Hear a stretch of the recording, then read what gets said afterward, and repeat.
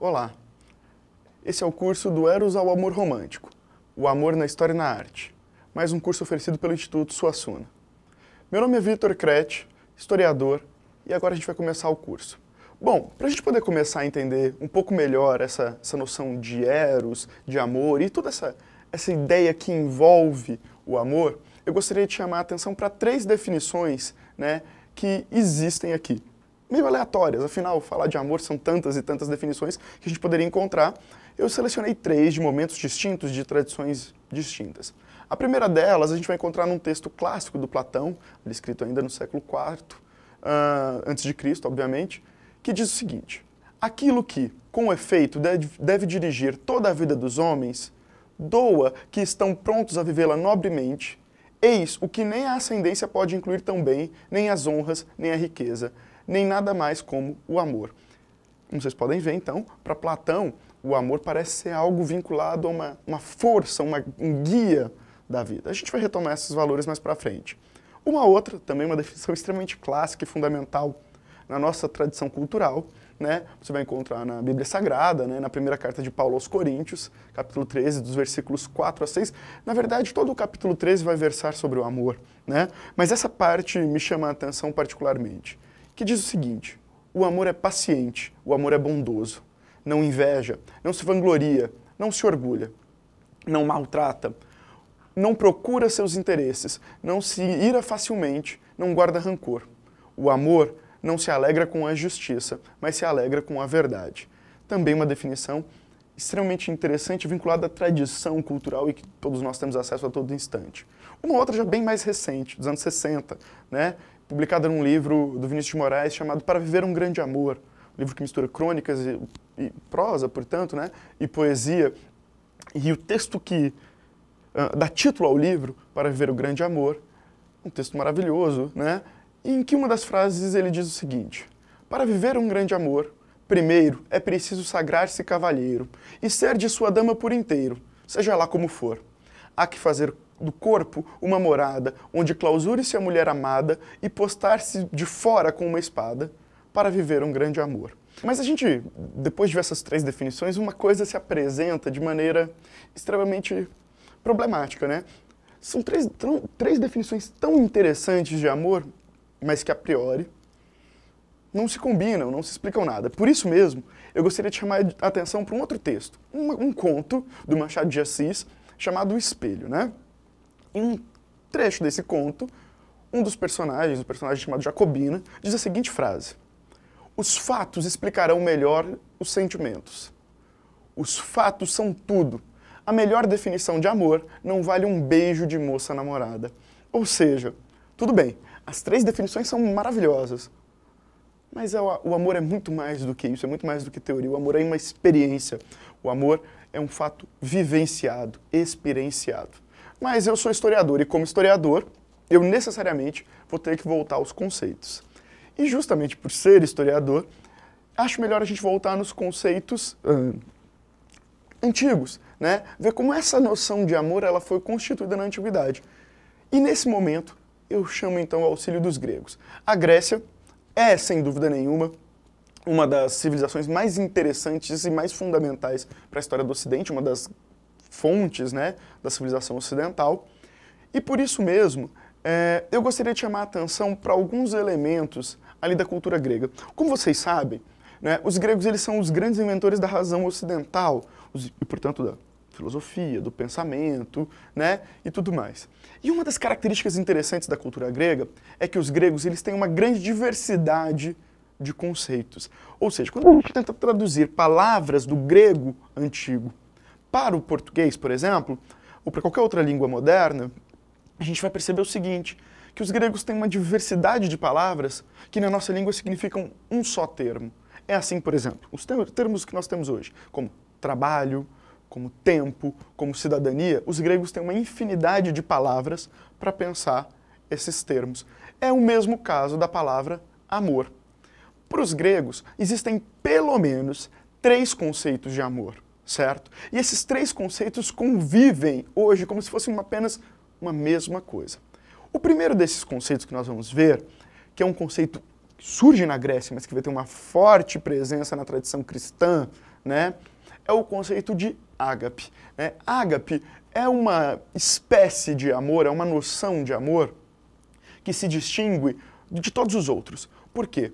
Porque o ágape é um amor fraterno, um amor fraternal, um amor que você estabelece entre a família, ou entre os correligionários, ou um amor ideal. Isso pelo menos para o grego, né? Com a tradição cristã, esse ágape, ele vai conquistando outros espaços, ele vai conquistando outras noções. E aí o ágape passa a ser um amor vinculado a um amor que você tem para Deus e um amor que te leva ao sacrifício. Como vocês podem ver aqui, nós temos dois documentos históricos, né? O primeiro deles nós temos um desenho catacumbário do cristianismo primitivo, do paleocristianismo, né? Uma imagem que mostra uma família ou uma comunidade cristã, a gente não tem muita certeza sobre isso, e no canto ali você vê a inscrição ágape, mostrando que o ágape é um amor pertencente ao seio familiar, ao seio da família, dos indivíduos que vivem em comunidade ou, no mínimo, aqueles que se relacionam mais proximamente. No texto bíblico, não é? A gente também vai encontrar essa noção de ágape. Por exemplo, no famoso Sermão do Monte, né, onde o Cristo vai falar das bem-aventuranças e tudo mais, Cristo também vai falar, se você for no original, o termo ali vai ser ágape. Olha só, vamos citar aqui um pouco de Mateus, né, do Evangelho de Mateus, e vamos ver o que está escrito ali. Ouviste o que foi dito, amarás o teu próximo, esse amor é o ágape, e odiarás o teu inimigo. Eu, porém, vos digo, amai os vossos inimigos, bendizei os que vos maldizem, fazei bem aos que vos odeiam, e orai pelos que vos maltratam e vos perseguem. Ou seja, esse amor em que você se sacrifica, esse amor em que você ama desinteressadamente, esse é o ágape. É o ágape dos gregos, ok? E que vai ser, como eu disse, muito bem assimilado pelo cristianismo. Um segundo tipo de amor é um amor que aparece bastante, né, também na tradição grega, um amor onde os gregos se dedicam bastante a pensá-lo, que é o conceito de filia, ou philos, né? Se vocês se lembram, né, nas aulas lá de ensino médio, seu professor de filosofia deve ter dito para você que filosofia é o amor pelo conhecimento. Sofia, conhecimento, e philos vem de filia. Mas não é qualquer tipo de amor. Que tipo de amor é esse da filia, né? A filia é um amor muito mais vinculado a um amor de amigo, um amor de alma, certo? Mas que porque comungam de interesses comuns, porque são próximos, né? Basicamente, filia é o amor de amigo, é a amizade. Como vocês podem ver aí no texto de Aristóteles, que vai ser um dos grandes personagens que vai pensar esse tipo de amor, a filia, não é? A amizade perfeita é a dos homens que são bons e afins na virtude, pois esses desejam igualmente bem um ao outro, enquanto bons, e são bons em si mesmo. Ora, os que desejam bem aos seus amigos, por eles mesmos, são os mais verdadeiramente amigos, porque o fazem em razão da sua própria natureza e não acidentalmente. Então o amor, a filia, é esse amor que aproxima almas irmãs, que aproxima almas que têm algo em comum, né? E esse é o princípio básico da amizade. Um outro tema que um dia a gente pode chegar a discutir aqui também, não é? E por fim, o terceiro e último amor que me chama a atenção, que é o amor eros. Bom, eros não é somente um conceito para os gregos. Eros é também uma divindade. Eros é um deus, não é? Eros, efetivamente, seria quem? Existem diversos teses para explicar a origem de Eros, mas a mais comum diz que ele é filho da relação entre Afrodite, a deusa da beleza, não é? Belíssima Afrodite, a mais bela das deusas gregas, com Ares, né? E quem é Ares? Ares é o deus da guerra, ou seja, da força, da violência da guerra, né? Então o que a gente tem aqui é um problema, né? Por que o amor, Eros, esse tipo de amor, seria filho da beleza associada à violência, associada à guerra? Eros, efetivamente, ele é essa divindade, ele tem essa característica dupla, essa origem dupla, porque o amor Eros é o amor vinculado ao erótico, né? como vocês estão podendo ver aí na imagem, há uma certa violência. Essa imagem que é uma obra barroca, né, do barroco holandês, do Rubens e tal, uma obra de 1614, chamada Eros, onde você vê um ser bonito, um jovem, cabelos claros, loiros, grandes feições muito delicadas, muito bonitas. É um jovem alado, uma das poucas divindades gregas que são aladas, né, como Nike e tal. E essa divindade, ela tem em si também uma força, uma violência. O Rubens, ele chama a atenção para nós aqui justamente para essa característica da violência do amor. O amor erótico, aquele que deseja, ele é propriamente o desejo sexual, o desejo carnal, ele nos causa, ele nos torna seres também violentos, porque somos seres desejantes. E a partir do momento em que nos tornamos seres desejantes, nós também nos tornamos seres marcados por uma paixão, e essas paixões podem se tornar extremamente violentas. Por isso a associação de Eros ser uma associação de um lado de Ares e do outro de Afrodite, né? Porque ele é belo, ele é amoroso, ele é carnal. E isso tudo desencadeia, às vezes, sensações também violentas. Pois bem, a partir disso nós chegamos no momento crucial do nosso encontro aqui, que é o seguinte: entendemos que existem uma diversidade imensa de conceitos de amor. Ainda como Machado nos chama a atenção, nenhum deles vale o beijo de uma namorada, não é? Mas o que é interessante é a gente começar a entender o seguinte: e esses amores são possíveis de serem compreendidos historicamente? E eu respondo já, sem dúvida, né? Hoje os historiadores têm se dedicado cada vez mais a compreender o que seria a noção de amor e como o que hoje nós conhecemos como amor, em todas as suas acepções, elas foram constituídas, não é? Isso já por si só é bastante interessante. Mas um outro fator que eu acho fundamental a gente entender é especificamente como se apropriar, como chegar nesse conhecimento. E eu acho que o melhor caminho para se chegar a uma história do amor é ou por textos filosóficos ou por elementos artísticos, sejam pinturas, sejam textos literários, sejam esculturas. A gente consegue chegar no amor, né, nesse lirismo, via arte. Né? Então o ponto crucial que eu quero pensar com vocês é ver a arte como um caminho para se entender o amor de outros momentos históricos. Eu escolhi para essa fala, para que a gente possa compreender melhor, um processo de formação extremamente interessante que o título já mostra. De como esse amor eros, esse amor erótico, esse amor vinculado à vida sexual, ele vai se transformando ao longo da história da humanidade numa concepção de amor romântico, que os gregos, como vocês viram, não existia. Os gregos não acreditavam nessa noção de amor romântico.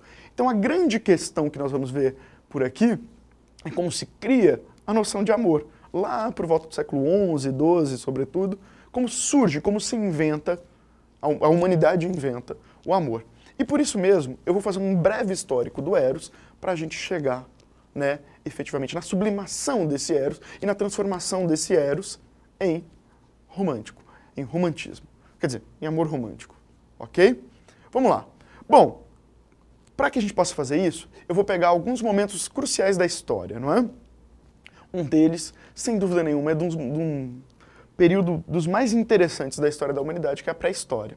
A pré-história, como vocês já sabem, já estudaram antes, ela é um momento em que passa-se a existir o tal Homo sapiens, e depois o Homo sapiens sapiens, ou seja, surge efetivamente o homem como nós conhecemos, né? Com a sua massa encefálica, com a possibilidade de alterar o mundo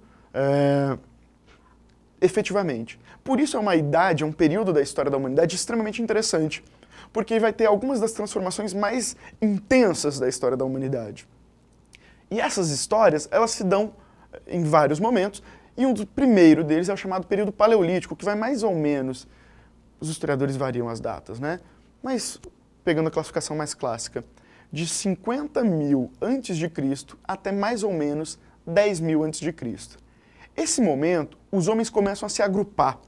e a viver em pequenas comunidades. Esse paleolítico também é chamado de idade da pedra lascada, porque os homens começam também a fabricar alguns instrumentos, os primeiros instrumentos, né, que lhes permitiam caçar, pescar e viver em uma pequena comunidade. Viviam em cavernas, em abrigos improvisados, não é, porque eram seminômades e tudo mais.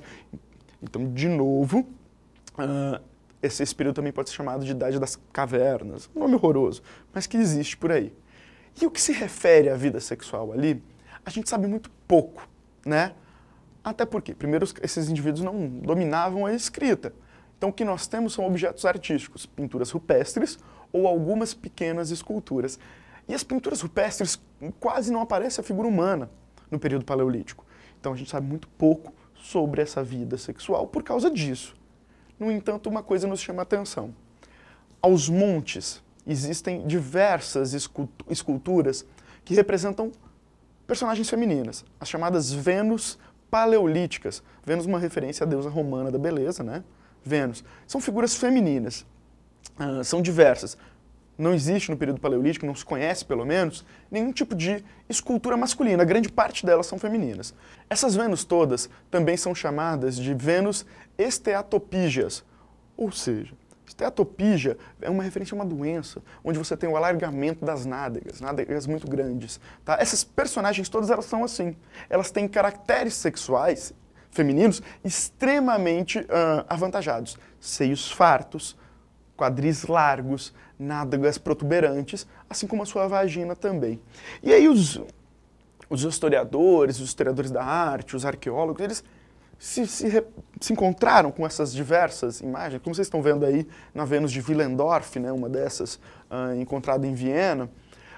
Essas esculturas todas, essa pequenininha tem cerca de 11 centímetros, né, elas não são muito grandes, elas são esculturas que eram feitas para serem carregadas e tudo mais.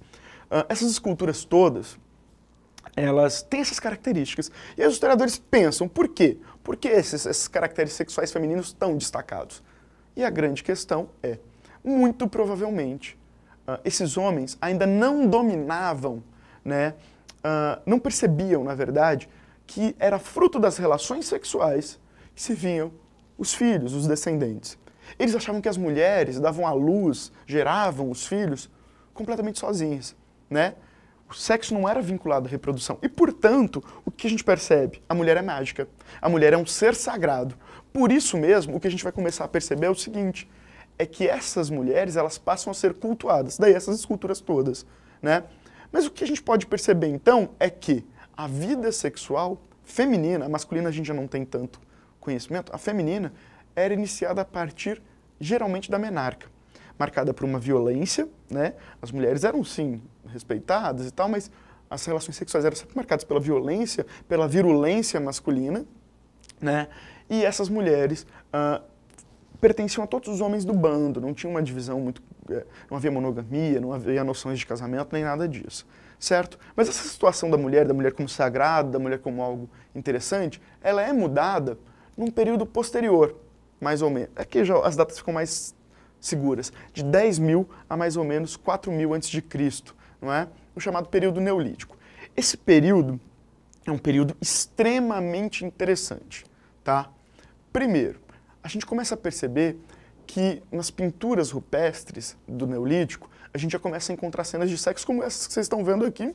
Essa se encontra na Serra da Capivara, no Piauí, no município de São Raimundo Nonato, né?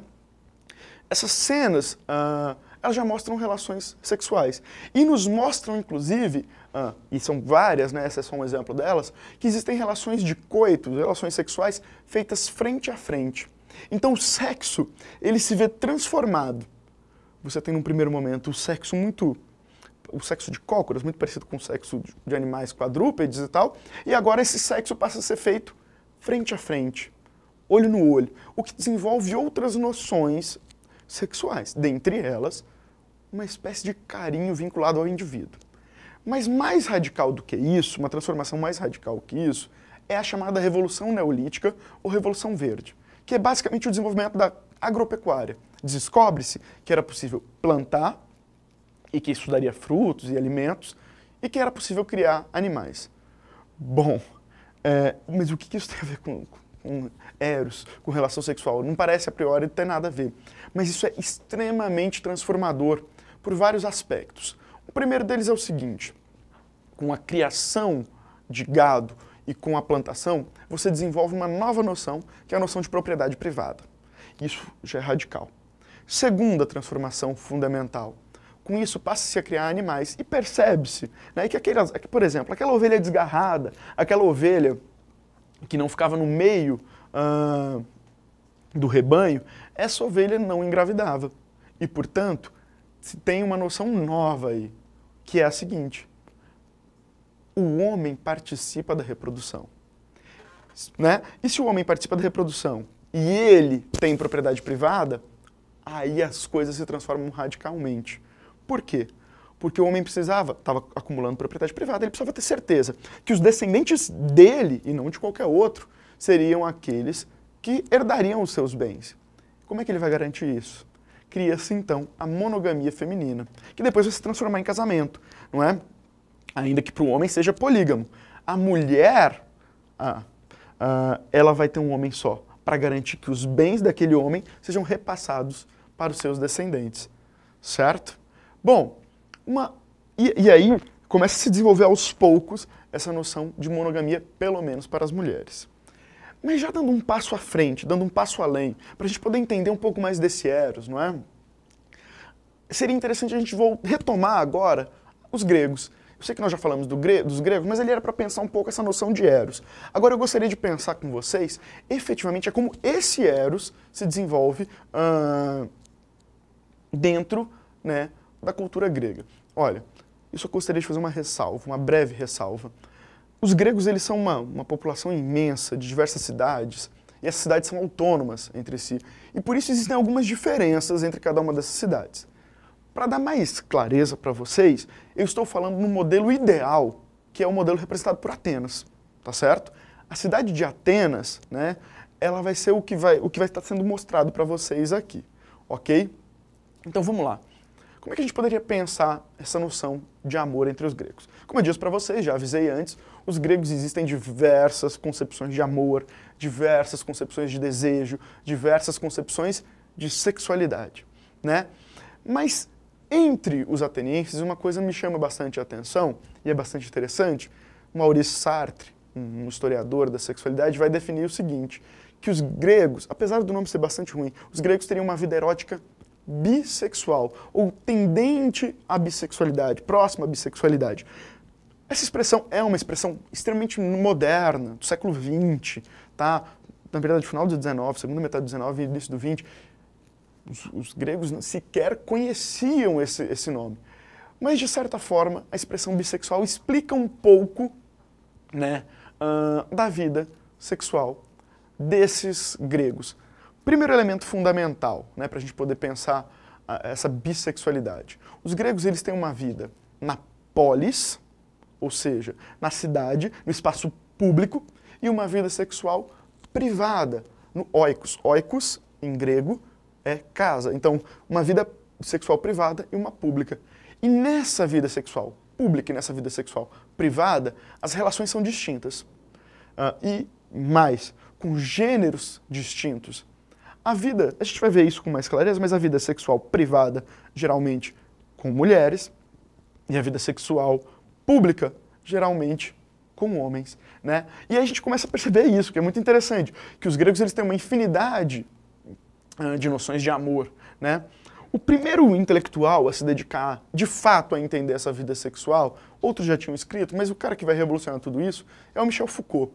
E o Michel Foucault vai chamar a atenção, sobretudo, para uma característica que é muito importante para entender na sexualidade, que a vida sexual, ela não é um campo apenas dos aspectos biológicos, né, do funcionamento dos membros e dos órgãos sexuais, ou do cérebro, dos estímulos corporais. Mas ele mostra pra gente, a partir do estudo da vida sexual dos gregos, no seu segundo tomo da História da Sexualidade, que, na verdade, o que nós temos é justamente uma vida sexual que tem a origem na cultura.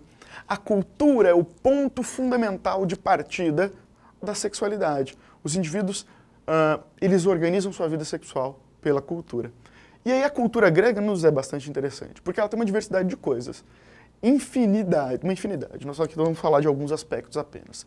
Primeiro, para o homem grego, e aí agora nós estamos falando especificamente de homem, o Eros ele só pode ser destinado a outros homens. Por quê? Porque você só deseja carnalmente, sexualmente, um igual. Na cultura grega, a mulher era considerada inferior. Tanto é que a gente tem poucos documentos históricos que falam sobre a mulher, né? Quase sempre as mulheres aparecem nas comédias, porque a comédia era texto de gente inferior, não é? Então o que a gente tem ali, efetivamente, é que o amor, em geral, se dava entre homens.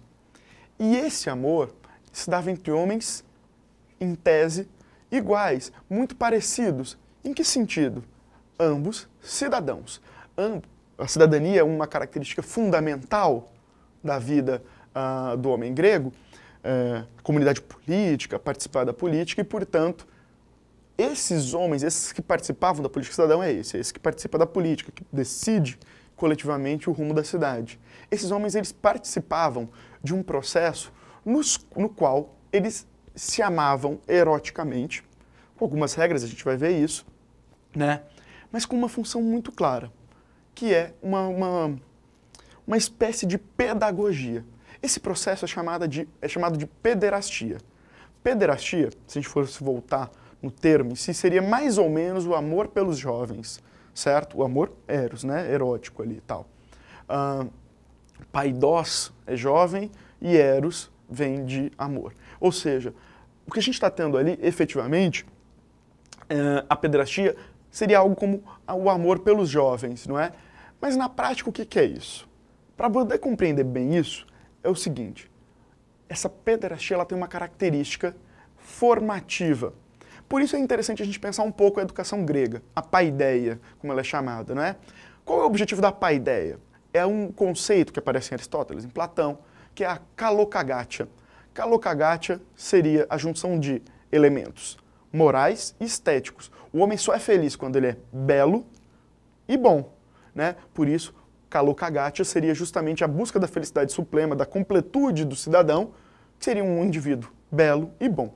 E aí você tem uma formação, né, na paideia, que se divide basicamente em 4 etapas, né? As 3 primeiras geralmente era feita por um paidós gogos. Paidós gogos, o pedagogo, é o professor, certo? Geralmente um escravo, que ia ensinar o básico. Primeira etapa, ler, escrever, contar, aritmética, os primeiros passos de ginástica e tudo mais. Passado esse momento, onde ele vai desenvolver o corpo, porque ele tem que ser belo, não é? O indivíduo ia para a segunda etapa, onde ele ia aprender um pouco mais sobre as questões artísticas e intelectuais. O canto, a dança, tocar instrumentos musicais, como a lira, um instrumento de cordas, o aulos, que é uma espécie de flauta, e outros instrumentos mais, mas sobretudo a lira. E numa terceira etapa, uma fase muito difícil, ainda com o paidós gogos, um momento em que ele iria aprender a poesia lírica. Sobretudo os 2 grandes textos, não apenas, mas sobretudo os 2 grandes textos, né, poéticos dos gregos, a Ilíada e a Odisseia. Bom, decorar ipsis literis, frase a frase, cada um dos elementos. Decorado isso, ele ia para um próximo estágio, o estágio onde ele viraria de fato cidadão. Só que tem um problema. Como é que ele vai aprender a ser cidadão como um escravo? Não tem como, né? Por isso, ele abandonava o paidós gogos e agora ele se tornava um erômeno, o aluno erômeno, e ia buscar um cidadão, certo? Chamado erasta. Em tese, o erômeno tem que ser imberbe, né? Mas as idades variam. Ele não pode ter barba, mas as idades variam nos documentos, podendo chegar até no máximo 21 anos. É improvável ali, né, que essa definição seja a mais acertada, mas existem fontes que dizem isso. E o erasta, o homem mais velho, já mais maduro, barbado, um cidadão, vai ensiná-lo a ser cidadão. Vai mostrá-lo como ele deve se portar nas assembleias, vai ensiná-lo como ele deve andar em público, como ele deve participar dos banquetes, das discussões políticas, pensar e tudo mais. Esse cidadão, de fato, vai ensiná-lo. Mas aí que tá. Uma coisa muito interessante para nós, não é? Uma das etapas da pederastia é também ensinar o que seria o amor. Como assim? ele vai ensinar o aluno, o erasta, o homem mais velho, sábio, cidadão, vai ensinar o erômeno, o aluno, jovem, o que é o amor. E aí vocês estão vendo aí, por exemplo, nessa cena, né, um homem sentado com um menino de 470 a.C., aproximadamente, um momento desse, onde o erasta, o homem mais velho, ensina o jovem imberbe o que é o amor. Só que olha só, a pederastia, ela também envolvia algum conjunto de regras, certo? Regras muito rígidas, muito bem definidas. Uma primeira dessas regras se refere à posição sexual de cada um deles. O erasta, o homem mais velho, é sempre ativo, enquanto o erômeno, o aluno, é sempre passivo, certo? Segunda característica, o erômeno jamais pode ficar excitado, certo? Ele não pode, de modo algum, se excitar, apenas o erasta. Uma terceira característica, não há penetração alguma em nenhum orifício desses indivíduos. A penetração, inclusive, era algo extremamente perigoso e podia ser punido de diversas formas. Cada cidade, ou em cada momento da pederastia, surgem formas de punição para o fato, para o caso de você ter essa penetração. Então como é que se dava a relação sexual? É o que a gente chama de sexo interfemoral. O jovem aproximava suas coxas e o erasta penetrava-lhe por entre as coxas. Ok? E essa caracteriza, sobretudo, a grande vida sexual pública desses homens, não é? Existiam ritos de conquista, o erasta tinha que conquistar o aluno, que tinha que se fazer de rogado, né? Tinha que se fazer de difícil e tal, e negar as primeiras investidas, ele não podia se doar ao erasta rapidamente. Existia um conjunto de regras, de características, de ritos para que se desse. E essa caracterizava, sobretudo, a vida sexual pública, portanto, entre indivíduos do mesmo sexo, né? Já a vida sexual privada, ela se dava com as mulheres. O casamento aqui, ele é pensado, sobretudo, como uma forma de perpetuação da espécie, de um lado, mas, por outro, se casavam dois cidadãos, um cidadão homem e uma descendente de cidadão, porque ela nunca pode ser cidadã, uma mulher, para que eles também pudessem juntar as riquezas e o poder das famílias. Só que essa mulher, ela é considerada um ser extremamente inferior na cultura grega. E já que ela é inferior, ela é restrita à casa. Ela só pode ficar privada dentro de casa. Em grego, oikos. Ela é um elemento do mundo privado. Mas, para você ter uma ideia, ela não é da casa como um todo. Existe um cômodo na casa específico onde essa mulher fica trancafiada. É o chamado gineceu, no qual ela fica trancafiada literalmente, né? E o marido a convoca quando necessário. Quando ele quer relação sexual, quando ele quer algum tipo de conversa, coisa bastante improvável, ou em alguns eventos públicos onde as mulheres eram bem-vindas.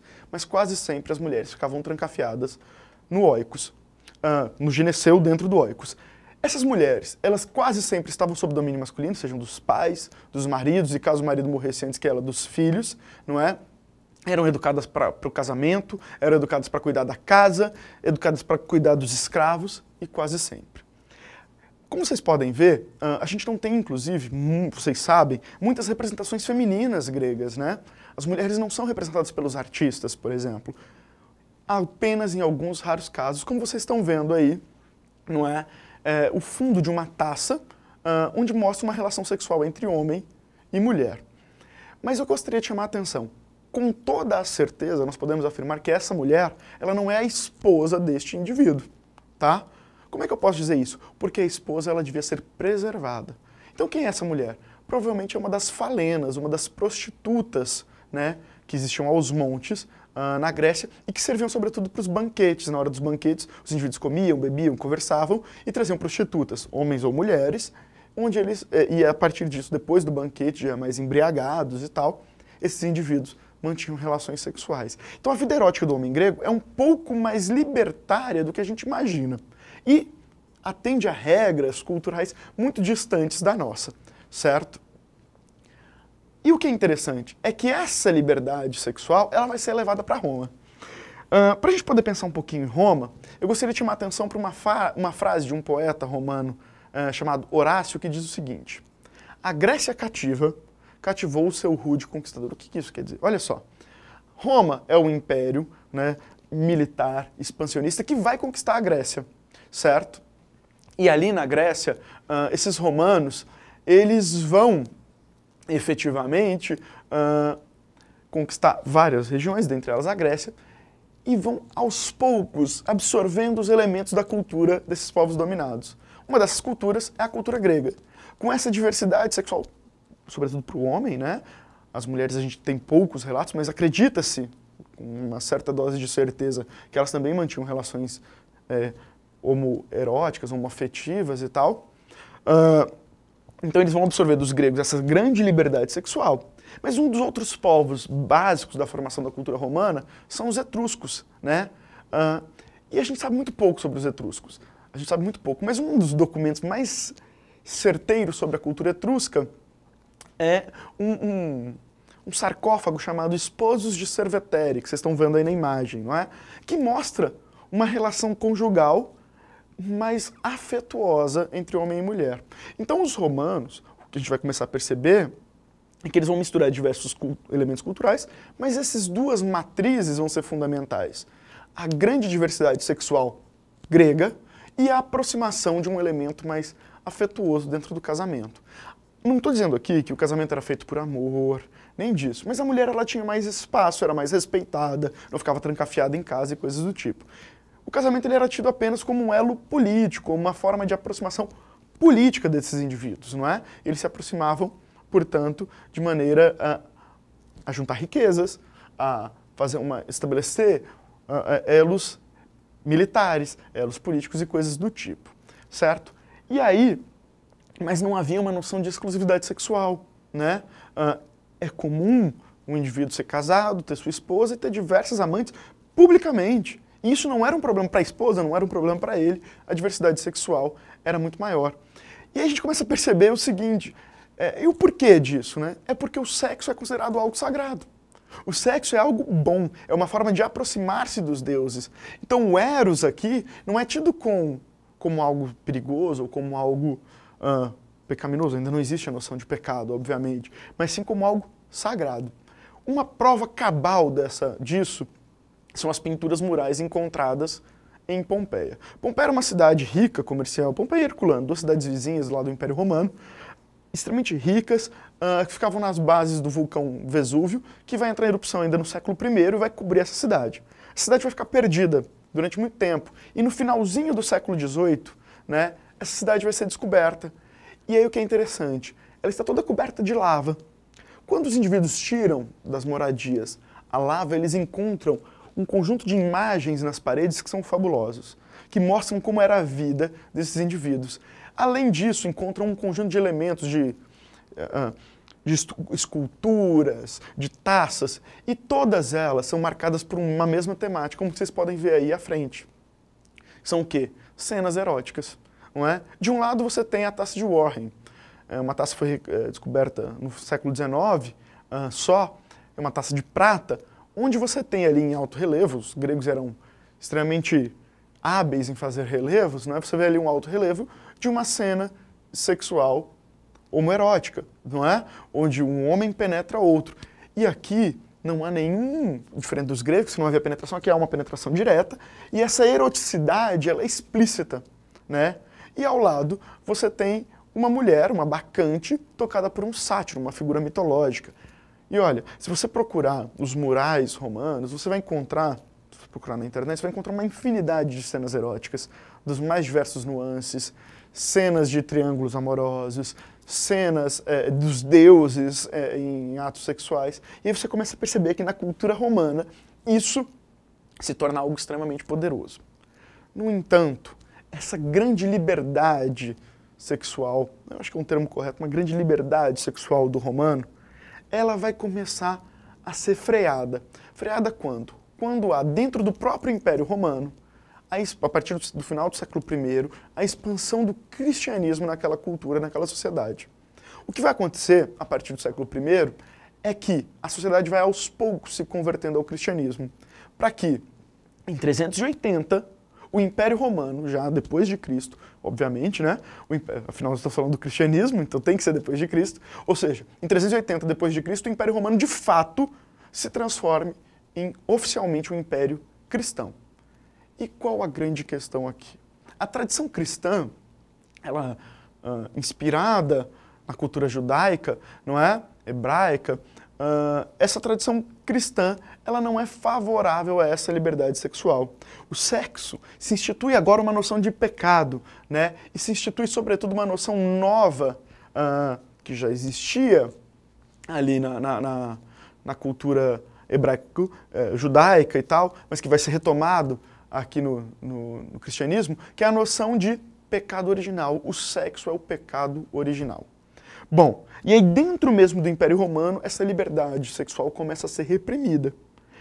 E com o fim do Império Romano e o início de um novo período da história da humanidade, que é a Idade Média, essa repressão se torna total. Mas eu gostaria de, antes de falar disso, chamar a atenção para um fato. Olha só, sempre que a gente for pensar a Idade Média, é preciso, no mínimo, entender algumas coisas. Primeiro, é um período de 1000 anos. Ou seja, as coisas não ficaram estáveis e as mesmas durante 1000 anos. Existe transformação. Segundo, a Idade Média é um conceito que se aplica a quase toda a Europa, né? Tirando uma parte da Península Ibérica, a gente quando pensa em Idade Média, pensa em toda a Europa. Ou seja, o que eu estou querendo chamar a atenção é o fato de que também, além de durar 1000 anos, durou 1000 anos num espaço muito longo, então existe uma grande diversidade. Mas o terceiro fato que eu acho extremamente fundamental para entender a sexualidade do homem medieval é entender que existem, pelo menos, em combate, duas grandes matrizes culturais na Idade Média. Tá?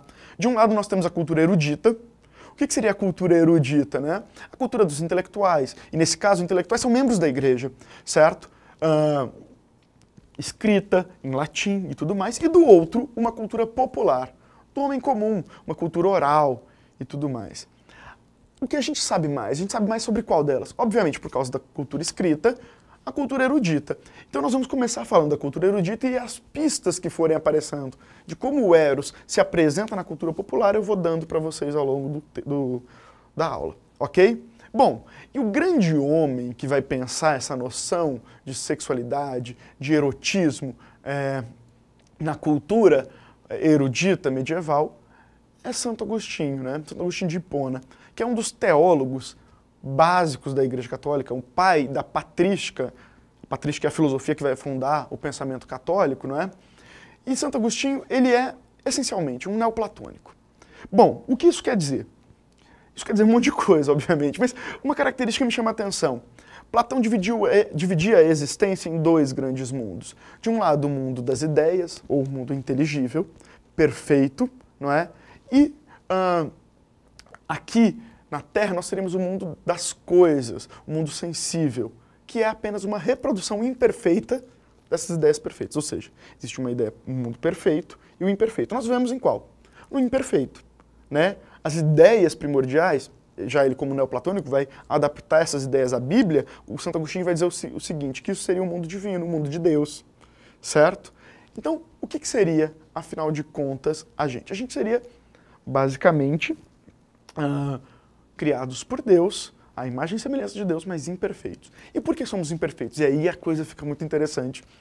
Porque a nossa alma, que é sagrada, de origem divina, perfeita, ela está aprisionada num corpo de carne.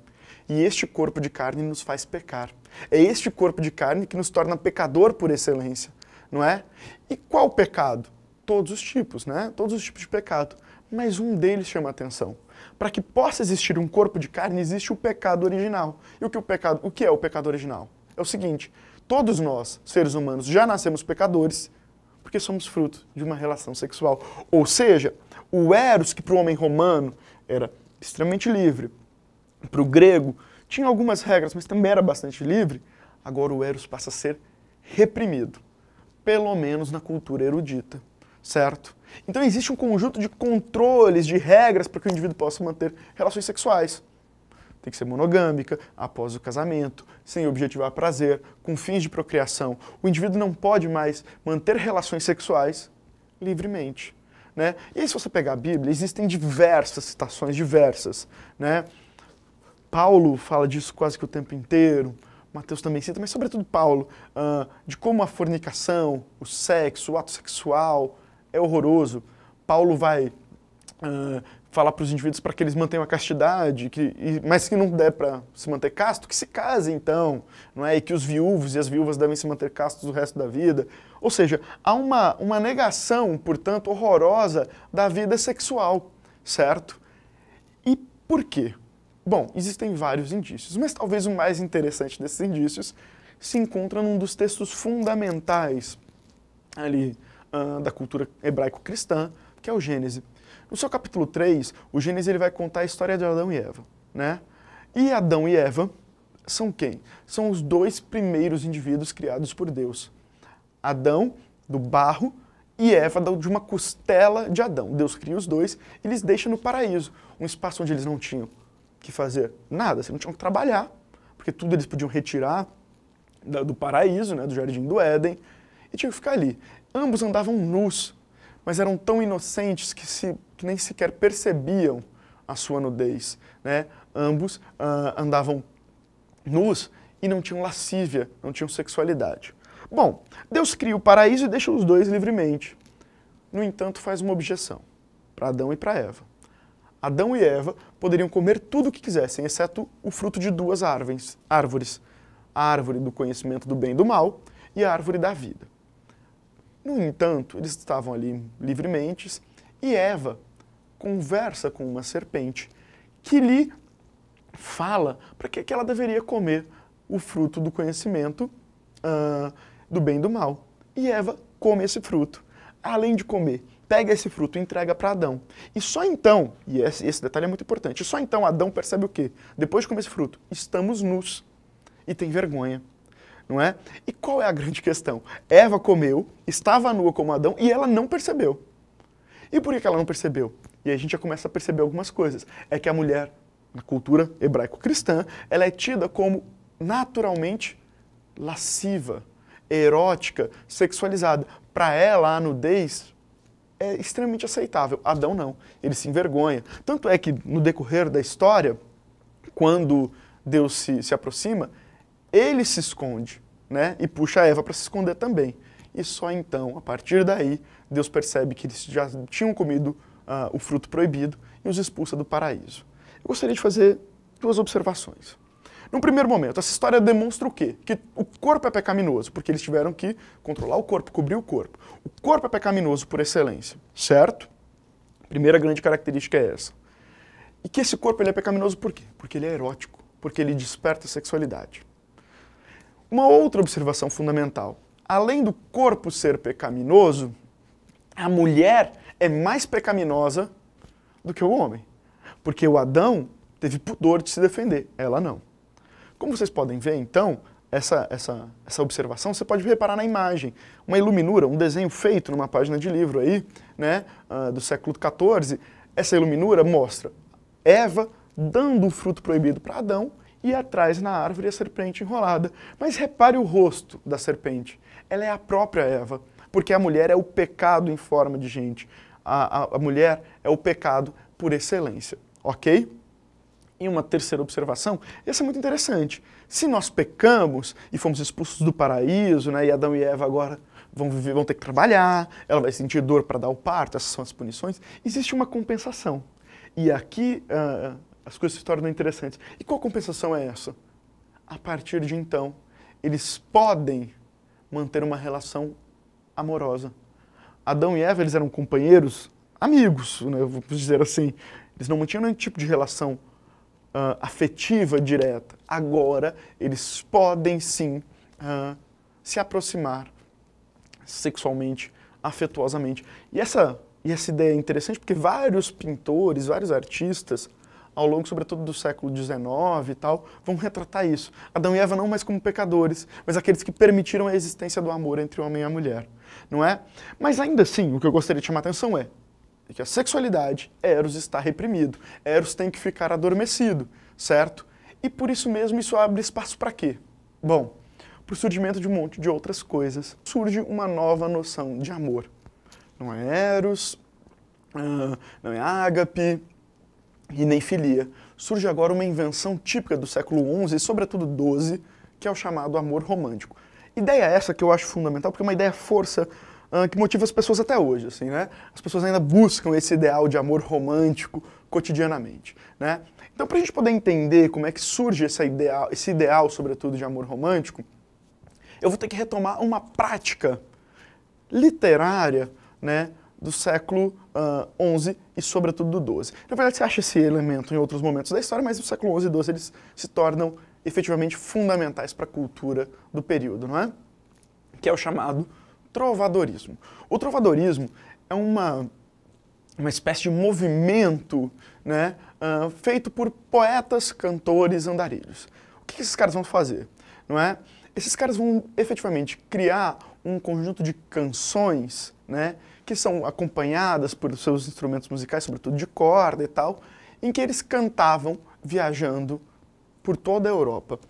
O que é interessante é que esses caras, eles cantavam em diversos espaços, em palácios, sobretudo, mas também em mosteiros, no centro de algumas cidades que existiam na Europa, não são muitas, mas já existiam, em vilarejos e tudo mais. Então esses caras, eles faziam, esses poetas, esses trovadores, eles criavam um conjunto de canções que podiam ser entendidas por uma grande diversidade de povos, tanto o culto quanto o mais inculto dos indivíduos medievais. E é muito interessante por quê? Porque essas canções, não é? Esses textos e tal, eles vão inventar efetivamente um negócio ali que a gente vai chamar de amor cortês. E o que é o amor cortês? O amor cortês, ele é marcado pela ideia de que um indivíduo, né, ele vai cortejar um poeta, um amador, né, ele vai cortejar uma personagem amada, a dama, a castelã. Só que entenda uma coisa, em geral essas damas elas são de um grupo social acima, né, elas são mais importantes dentro da estrutura social que eles, e maior parte delas são casadas. Portanto, o que você percebe é que esse amor, ele é marcado pelo quê? Pela impossibilidade do amor.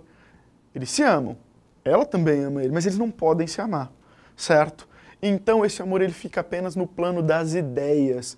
Essa mulher ela é idealizada, ela é tornada perfeita, né?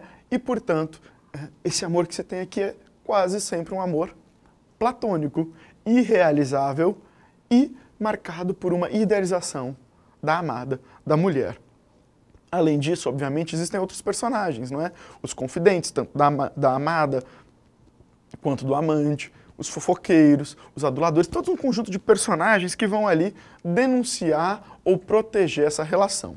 Bom, e aí você começa a perceber que o amor ele começa a ser tido como uma lógica o quê? O amor não se realiza. O amor, o prazer de amar está no próprio amar, né? E não no eros, no ato sexual. O amor, agora, o bom de estar amando é amar aquela mulher idealizada. E às vezes também existem cantigas, né? Essas músicas são chamadas de cantigas. Existem cantigas também feitas por homens, mas com eulíricos femininos, né? Chamadas cantigas de amigo, né? Essas mulheres, elas também podem amar e tudo mais, mas esse amor nunca se realiza. O prazer do amor está ali. Só que esse prazer é um prazer não tão intenso. Por quê? Porque se esse amor é marcado pela impossibilidade de amar, pelo menos não nesse plano, talvez se amem no paraíso, no céu, ao lado de Deus um dia e tal, esse amor, já que ele é marcado por essa impossibilidade, ele gera um grande sofrimento. Por isso, muitos dessas cantigas trazem como resolução final a morte, né? A morte é o ponto de encontro dessas duas almas. Ele pode se matar, ou ela pode se matar, ele pode ser assassinado. Existem vários casos aqui, não convém contar especificamente algumas dessas cantigas, mas em diversos deles a morte se apresenta como a solução final para o amor, certo? E o que é interessante? Esse amor, ele é um amor proibido, né? E geralmente do inculto pela dama superior. E aí, no final das contas, o que a gente tem aqui, efetivamente, é que aquela cultura erudita, né, aquela cultura dominante, ela tem frações, falhas, onde esses indivíduos podem ir aos poucos se penetrando, né, esses incultos, e amando a dama. Por isso existe uma espécie de autonomia dos sentimentos em relação à racionalidade. Só um reflexo disso tudo é o culto a Maria, os chamados cultos marianos, não é? Que surgem nesse mesmo período, certo? Só que esse amor ele tem um conjunto de regras também. Você ama, só que ninguém pode saber quem ela é. Então essa mulher, ela nunca é nominada, não existe um nome expresso dela nas cantigas. Ou ela tem um apelido, ou um outro nome é colocado no lugar, ou você cita apenas a palavra amada, sem dizer quem ela é, certo? Porque ela não pode ficar mal falada, nem coisas do tipo. Esse amor não pode se concretizar, esse amor é sempre à distância, esse amor nunca se concretiza. E por que ele não pode se concretizar? Porque esse amor, essa mulher já é casada e o casamento é sagrado, né? Então, no final das contas, esta mulher, ela tem que amar sempre à distância e aquele indivíduo também. E aí a gente chega num ponto fundamental, é que esse amor romântico, para que ele possa se dar de fato, e essa noção de amor romântico me parece que em alguns aspectos é muito próximo do que acontece hoje, esse amor romântico ele tem que ser marcado por diversas contradições. Existe um processo de idealização, a mulher é pura, mas ela me desperta desejos, então ela também é erótica, né? Inclusive, eu sou um vassalo, eu estou submisso a essa mulher, né? Só que essa submissão, ela me gera duas coisas. De um lado, eu me torno mais nobre, porque eu neguei o amor carnal, né, por essa mulher, e ao mesmo tempo eu tenho uma grande liberdade imaginativa. No entanto, só um parênteses, nenhuma das cantigas que eu tive contato mostram que o indivíduo pensa, ou imagina, ou sonha, que seja, com um ato carnal. Ele tem grande liberdade imaginativa de tocá-la, de estar junto dela, mas nunca uma concretização carnal. E além disso, amar é muito bom, é muito gostoso, mas também me faz sofrer. Por isso a morte é retomada. Então, só finalizando, a tradição erótica, ela se constitui ao longo, né, de toda a tradição ocidental, da pré-história até os dias de hoje, sem dúvida, mas a partir do século XI, XII, surge esse amor romântico que aos poucos tenta sublimar a erotização, ou no mínimo, controlar essa erotização, né? E esse amor romântico ainda impera em diversos momentos da sociedade, em contos de fada, em novelas, em todos os tipos de livro, né? Ainda que com uma maior liberdade do que esse amor romântico do século XII. Então é isso. Muito obrigado por você ter prestado atenção no curso até agora. Se você quiser, tem uma bibliografia aqui, tá? No final, falando de alguns textos, pelo menos os mais importantes que foram utilizados para a preparação dessa aula. Valeria a pena você depois dar uma olhada, caso te interessasse. Muito obrigado e até a próxima.